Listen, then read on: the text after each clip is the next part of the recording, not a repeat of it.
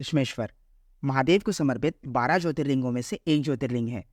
इस मंदिर से जुड़ी कथा का वर्णन हमें शिव पुराण की कोटि रुद्र संहिता में मिलता है। नमस्कारम, स्वागत है आपका डिवाइन ट्रेल्स की द्वादश ज्योतिर्लिंग श्रृंखला में, जहां आज हम जानेंगे कहानी घृष्मेश्वर ज्योतिर्लिंग की। हम मंदिरों और संस्कृति से जुड़ी ऐसी ही रोचक कहानियां आप तक पहुंचाते रहते हैं, तो अगर आपने हमारे चैनल को सब्सक्राइब नहीं किया है तो चैनल को सब्सक्राइब जरूर करें। शिवपुराण की कोटि रुद्र संहिता में वर्णित कथा के अनुसार दक्षिण दिशा में देवगिरी पर्वत पर सुधर्मा नाम का एक ब्राह्मण अपनी पत्नी सुदेहा के साथ निवास करता था। वो अत्यंत धार्मिक और महादेव का अनन्य भक्त था। वैसे तो वे दोनों बहुत सुखी थे, पर उनकी कोई संतान नहीं थी, जिस कारण उन्हें औरों से ताने सुनने पड़ते थे। इस बात से दुखी होकर सुदेहा ने अपने पति से कहा कि वो उनकी वंश की वृद्धि के लिए उसकी छोटी बहन घृष्मा से विवाह कर ले। सुधर्मा ने विवाह के लिए इनकार किया और उसे समझाने का प्रयत्न किया कि इस विवाह से सबसे ज्यादा दुख सुदेहा को ही होगा, मगर सुदेहा के हठ के कारण उसे घृष्मा से विवाह करना पड़ा। घृष्मा अत्यंत धार्मिक थी। घृष्मा सुदेहा के कहने पर रोज 101 पार्थिव शिवलिंग बनाकर उनकी विधिवत पूजा कर पास के ही एक तालाब में उन शिवलिंगों का विसर्जन किया करती थी। कुछ समय बाद महादेव की कृपा से घृष्मा को एक पुत्र प्राप्त हुआ, जिस कारण उसका सम्मान बढ़ने लगा। ये देखकर सुदेहा को घृष्मा से ईर्ष्या होने लगी। कुछ साल बाद घृष्मा के पुत्र का विवाह हो गया। अब पुत्रवधू के आने के कारण सुदेहा की ईर्ष्या और ज्यादा बढ़ गई थी। एक दिन सुदेहा ने उसी पुत्र की सोते हुए हत्या कर उसे उसी तालाब में फेंक दिया जहां घृष्मा शिवलिंग विसर्जित किया करती थी। दूसरे दिन सुबह जब पुत्रवधू ने अपने कमरे में खून देखा तो वो रोने लगी और उसने ये बात घर के सभी सदस्यों को बताई।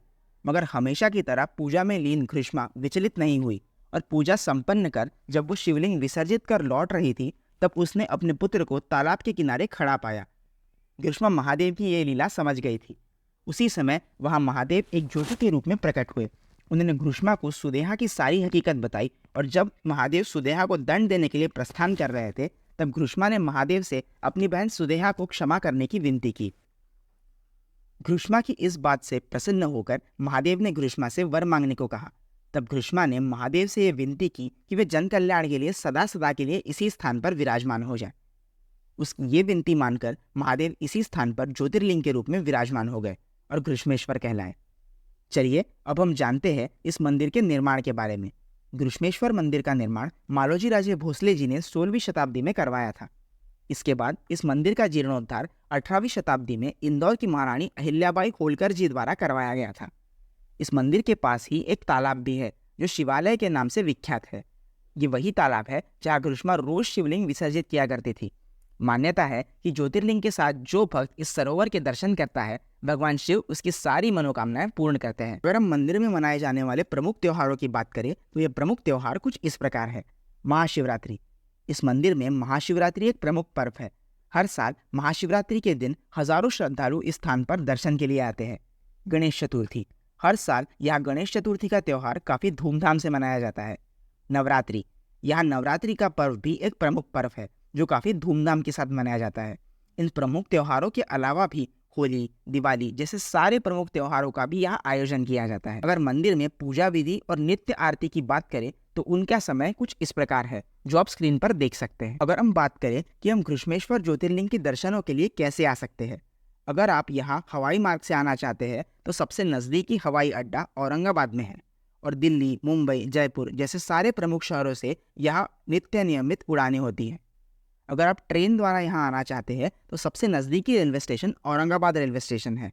मनमाड़ का रेलवे स्टेशन भी यहाँ से नज़दीक है और बेहतरीन तरीके से जुड़ा हुआ है। अगर आप सड़क मार्ग से आना चाहते हैं तो यहाँ पहुँचने के लिए सभी प्रमुख शहरों से जैसे पुणे, नासिक, औरंगाबाद से आपको परिवहन की बसेस मिल जाएंगी या आप अपने निजी वाहनों से भी यहाँ आ सकते हैं। अगर आप चाहते हैं कि आपके आसपास स्थित किसी मंदिर की जानकारी के ऊपर हम वीडियो बनाएं तो आप हमें अपने सुझाव explorewithtejas26@gmail.com पर भेज सकते हैं या आप हमें इंस्टाग्राम पर मैसेज भी कर सकते हैं। हम जल्द ही आपके सुझाए गए स्थानों पर वीडियो लाएंगे। हमारी आज की ये कहानी और आज की ये जानकारी आपको कैसी लगी हमें कमेंट में ज़रूर बताएं और ऐसी ही कहानियों और जानकारियों के लिए हमारे चैनल को सब्सक्राइब करना ना भूलें। जल्द ही मिलूंगा आपसे एक नई कहानी के साथ।